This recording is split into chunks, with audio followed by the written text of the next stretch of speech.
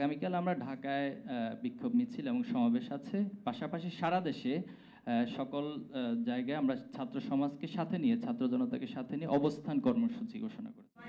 Fascist Awami League Bangladesh থেকে বিতাড়িত হওয়ার পরে এদেশের সাধারণ জনগণকে নানাভাবে সন্ত্রাসী কর্মের মাধ্যমে তারা ভীতি সঞ্চার করার জন্য চেষ্টা করছে।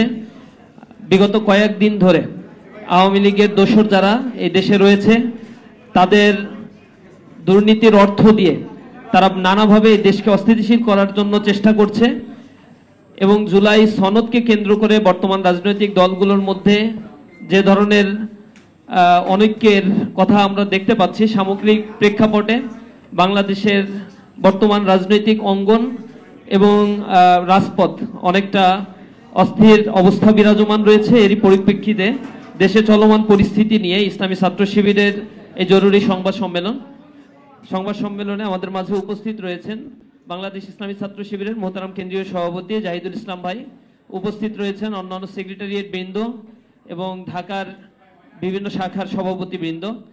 সংগ্রামী উপস্থিতি, প্রিয় সাংবাদিক বন্ধুগণ, এই পর্যায়ে দেশে চলমান পরিস্থিতি নিয়ে বাংলাদেশ ইসলামী ছাত্র শিবিরের জরুরি সংবাদ সম্মেলনে বক্তব্য পেশ করার জন্য আহ্বান জানাচ্ছি শহীদ কাফেলা বাংলাদেশ ইসলামী ছাত্র শিবিরের মোহতারাম কেন্দ্রীয় সভাপতি জাহিদুল ইসলাম ভাইকে।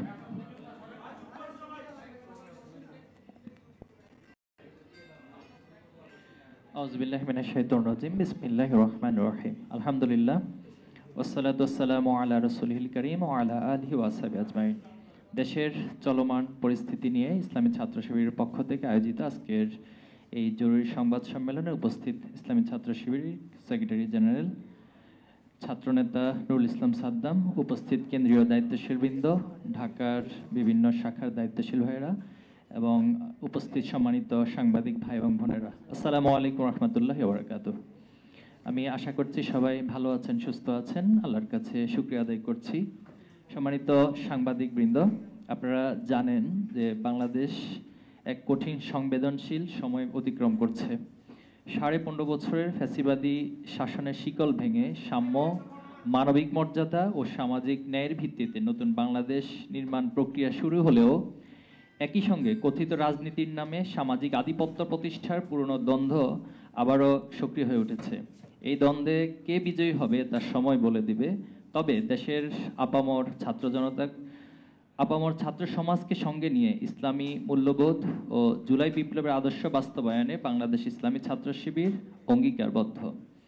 স্বাধীনতার পর দীর্ঘ সময় পেরিয়ে গেলেও বাংলাদেশের মানুষ এখনো জুলুম ও নির্যাতনের শৃঙ্খল থেকে সম্পূর্ণ মুক্ত হতে পারেনি। এ কারণে এই মাটিতে বারবার আন্দোলন ও বিপ্লবের স্ফোরণ ঘটেছে। হাজারো তরুণ প্রাণ দিয়েছে একটি বৈষম্যহীন নতুন বাংলাদেশ গড়ার স্বপ্নে।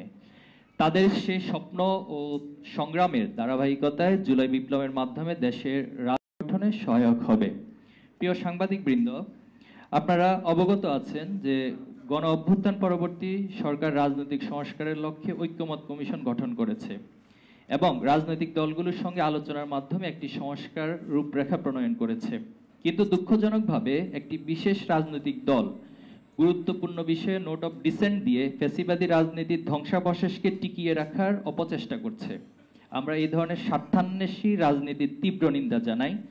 যে সকল রাষ্ট্রীয় কাঠামো ও ব্যবস্থার মাধ্যমে পূর্ববর্তী সরকার ফ্যাসিবাদ প্রতিষ্ঠা করেছিল তার ন্যূনতম সংস্কার এখনো হয়নি।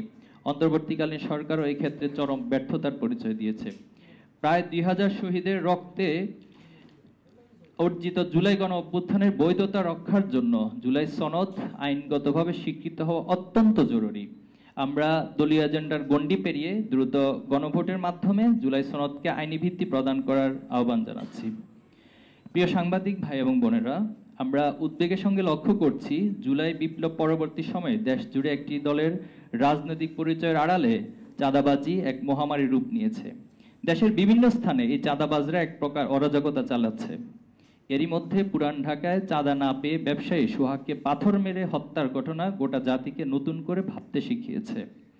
কিন্তু দুঃখের বিষয় এই যে এই দলীয় চাঁদাবাজদের বিরুদ্ধে আইন শৃঙ্খলা বাহিনী কার্যকর ব্যবস্থা গ্রহণে ব্যর্থ হচ্ছে। অনেক ক্ষেত্রে চাঁদাবাজদের গ্রেপ্তার করা হলেও একটি রাজনৈতিক দলের কর্মীরা থানায় চাপ প্রয়োগ কিংবা মব সৃষ্টি করে তাদের ছাড়িয়ে নিচ্ছে। এটি আইনের শাসনকে প্রশ্নবিদ্ধ করছে এবং সরকারের সক্ষমতা নিয়ে জনগণের মধ্যে সন্দেহ তৈরি করছে। আমরা উদ্বেগের সঙ্গে লক্ষ্য করছি যে দেশের অন্য রাজনৈতিক দলের গণতান্ত্রিক কার্যক্রমের উপর নিয়মিত বাধা প্রদান ও হামলার ঘটনা ঘটছে। বিশেষ করে নোয়াখালী, ফেনী, নওগাঁ, ঝিনাইদহে নারীদের উপর বিএনপি ও এর সহযোগী সংগঠনের নেতাকর্মীর দ্বারা হামলার ঘটনা সম্প্রতি সকলের নজরে এসেছে। উদার গণতান্ত্রিক ও নারী বান্ধব দল হিসেবে নিজেদের দাবি করা বিএনপি বাধাদানকারী অপরাধীদের বিরুদ্ধে কোনো ব্যবস্থা নেয়নি। উল্টো নোয়াখালী, সোনাইমুড়িতে নারীদের কটূক্তি করা স্বেচ্ছাসেবক দলের কর্মীর পক্ষে মিছিল করে বিএনপি ফ্যাসিবাদী মানসিকতার পরিচয় দিয়েছে। এমন আচরণ অগণতান্ত্রিক, ন্যাক্কারজনক, নারীদের প্রতি চরম মানহানিকর রাজনৈতিক অবস্থানের বহিঃপ্রকাশ। দুঃখজনকভাবে এসব হামলার সাথে জড়িত কোনো অপরাধীদের বিরুদ্ধে সরকারও ব্যবস্থা নিতে ব্যর্থ হয়েছে। একই সাথে দেশের বিভিন্ন স্থানে মসজিদে কোরআন তালিমের মতো প্রোগ্রামে বাধা প্রদানের ও হামলার মতো ঘটনা ঘটেছে। এছাড়া বিএনপি নির্বাচনের মনোনয়নকে কেন্দ্র করে বিভিন্ন এলাকায় সহিংসতা, কোন্দল ও হত্যাকাণ্ড ঘটছে। এমন পরিস্থিতিতে আসন্ন জাতীয় সংসদ নির্বাচনের জন্য হুমকি স্বরূপ আমরা এই সকল ঘটনার তীব্র উদ্বেগ প্রকাশ করছি। সেই সাথে আমরা দেশের শান্তি স্থিতিশীলতা বজায় রাখতে সকল সন্ত্রাসী, চাঁদাবাজ, সকল রাজনৈতিক দুর্বৃত্তদের বিরুদ্ধে কঠোর ব্যবস্থা নেওয়ার আহ্বান জানাচ্ছি। প্রিয় সাংবাদিক বন্ধুগণ, ফ্যাসিবাদী আওয়ামী লীগের আমলে আমরা গণমাধ্যমের একপাক্ষিক অবস্থান দেখেছি। অনেক গণমাধ্যম নিরপেক্ষতা হারিয়ে শেখ হাসিনার আজ্ঞাবহ প্রচার যন্ত্রে পরিণত হয়েছিল। জুলাই বিপ্লব পরবর্তী আমাদের প্রত্যাশা ছিল সকল গণমাধ্যম স্বাধীন আচরণ করে জনগণের আকাঙ্ক্ষার প্রতিফলন ঘটাবে, কিন্তু দুঃখজনকভাবে গণমাধ্যমের এক পেশে আচরণ এখনো যায়নি। কিছু কিছু গণমাধ্যম নিরপেক্ষতার পরিচয় দিতে ব্যর্থ হচ্ছে। বিশেষ করে জুলাই পরবর্তী একটি বিশেষ রাজনৈতিক দলের কর্তা ব্যক্তিরা বিভিন্ন টিভি ও মিডিয়া হাউস দখল করে নিজেদের মন মর্জি মতো সংবাদ পরিবেশন করছেন। তার ব্যত্যয় ঘটলে সাংবাদিক ছাঁটাইয়ের ঘটনাও ঘটছে। সম্প্রতি জাহাঙ্গীরনগর বিশ্ববিদ্যালয়ের ছাত্র শিবিরকে জড়িয়ে মিথ্যা সংবাদ প্রকাশ করে কিছু গণমাধ্যম। সেটা সত্যতা তুলে ধরে ছাত্র শিবির প্রেস বিজ্ঞপ্তি দেয় এবং সেই প্রেস বিজ্ঞপ্তি প্রকাশ করে নিউজ করার কারণে একটি বেসরকারি টেলিভিশন চ্যানেল দুজন সাংবাদিককে ছাঁটাইয়ের মতো ঘটনা ঘটেছে। এমন আচরণ ফ্যাসিবাদী মানসিকতার বহিঃপ্রকাশ। আমরা গণমাধ্যমের সাথে জড়িত সকলের কাছ থেকে নিরপেক্ষতা আশা করছি, অন্যথায় দেশের গণতন্ত্র আবারও হুমকির মুখে পড়বে। সম্মানিত উপস্থিতি, আপনারা জানেন জুলাই গণ অভ্যুত্থানের 1.5 বছর অতিক্রান্ত হয়েছে। নিষিদ্ধ সংগঠন আওয়ামী লীগের নেতাকর্মীরা বিচার প্রক্রিয়া শুরু হলেও সেটি অত্যন্ত ধীরগতিশীল। এর কারণে কিছু সুবিধাভোগী রাজনৈতিক দলের নেতাকর্মীরা মোটা অঙ্কের টাকার বিনিময়ে কালক্ষেপণ করেছে। সেই সাথে গ্রেপ্তারকৃত আওয়ামী লীগ নেতাদের ছাড়াতে একটি পক্ষ মামলা বাণিজ্যের মাধ্যমে জামিন করিয়েছে, যা অত্যন্ত দুঃখজনক। এই জামিনের সাথে ফ্যাসিবাদী মানসিকতার কিছু ব্যক্তি ও বিভিন্ন রাজনৈতিক দলের আইনজীবীরা জড়িত, এমন অনেক তথ্য গণমাধ্যমে প্রকাশিত হচ্ছে। সম্প্রতি যুগান্তরের তথ্য অনুসারে মানিকগঞ্জে আওয়ামী লীগ নেতাকর্মীদের জামিনের জন্য লড়ছেন বিএনপির সহসভাপতি অ্যাডভোকেট মেজবাহুল হক। এমন শত শত ঘটনার উদাহরণ গণমাধ্যমে বিভিন্ন সময় পাওয়া যাচ্ছে। এছাড়াও গতকাল বিএনপির মহাসচিব মির্জা ফখরুল ইসলাম আলমগীর সাহেব আওয়ামী লীগের সকল মামলা তুলে নেওয়ার আশ্বাস দিয়েছেন, যা অত্যন্ত হতাশাব্যঞ্জক। এমন আচরণ জুলাই শহীদদের রক্তের সাথে প্রতারণার রাজনীতি ছাড়া কিছুই না। প্রিয় সাংবাদিকবৃন্দ, আগামীকাল ফ্যাসিস্ট শেখ হাসিনার বিচারের রায় ঘোষিত হবে। ইতিমধ্যে নিষিদ্ধ আওয়ামী লীগের নেতাকর্মীরা বিভিন্ন স্থানে ভাঙচুর, অগ্নিসংযোগ, হত্যাকাণ্ডের মাধ্যমে জনমনে আতঙ্ক সৃষ্টি করছে। গত 2 দিনে এই সন্ত্রাসী সংগঠনটির দুর্বৃত্তরা 15টির অধিক বাসে আগুন দিয়ে পুড়িয়ে দিয়েছে। তাদের আগুন সন্ত্রাসের শিকার হয়ে ময়মনসিংহে ঘুমন্ত অবস্থায় একজন বাস চালক নিহত হয়েছে। আমরা মনে করি সরকার, আইন শৃঙ্খলা বাহিনীর উদাসীনতা এর জন্য দায়ী। আমরা সরকারকে এই অগ্নি সন্ত্রাসীদেরকে অবিলম্বে আইনের আওতায় এনে বিচারের মুখোমুখি করার আহ্বান জানাচ্ছি। সেই সাথে জুলাই গণহত্যা ও সকল গুম, খুন, নির্যাতন, মানবাধিকার লঙ্ঘনের সাথে জড়িত সকল ব্যক্তি, গোষ্ঠী, প্রতিষ্ঠান ও সংগঠনকে বিচারের আওতায় আনার জোরালো দাবি জানাচ্ছি। যারা এই ফ্যাসিবাদী শাসনকে বৈধতা দিতে ভূমিকা রেখেছিল তাদের বিরুদ্ধে আইনি ব্যবস্থা গ্রহণ করার দাবি জানাচ্ছি। আগামীকাল 13ই নভেম্বর আন্তর্জাতিক ট্রাইব্যুনালে খুনি হাসিনার বিচারের রায় ঘোষণা করবে। এই প্রেক্ষিতে নিষিদ্ধ আওয়ামী লীগের কিছু নেতাকর্মী ঢাকায় লকডাউন নামে কর্মসূচি দিয়েছে। আমরা তাদের স্পষ্ট জানিয়ে দিতে চাই, নতুন বাংলাদেশে ফ্যাসিবাদ ও অরাজকতার কোনো স্থান নেই। দেশের শান্তি শৃঙ্খলা বিনষ্টের যে কোনো প্রচেষ্টা ছাত্র সমাজ ও জনগণ প্রতিহত করবে।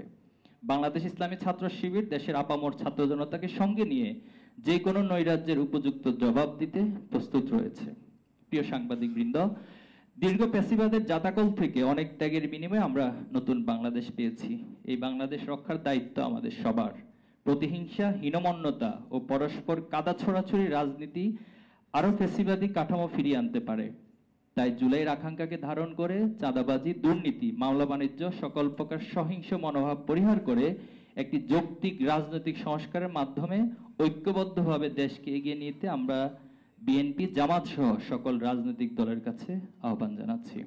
আপনাদেরকে সময় দেওয়ার জন্য আন্তরিকভাবে ধন্যবাদ এবং কৃতজ্ঞতা জানাচ্ছি। ইতিমধ্যে আজকে সারা দেশে বিভাগীয় শহরে কর্মসূচি চলমান, বিক্ষোভ মিছিল এবং সমাবেশ হচ্ছে।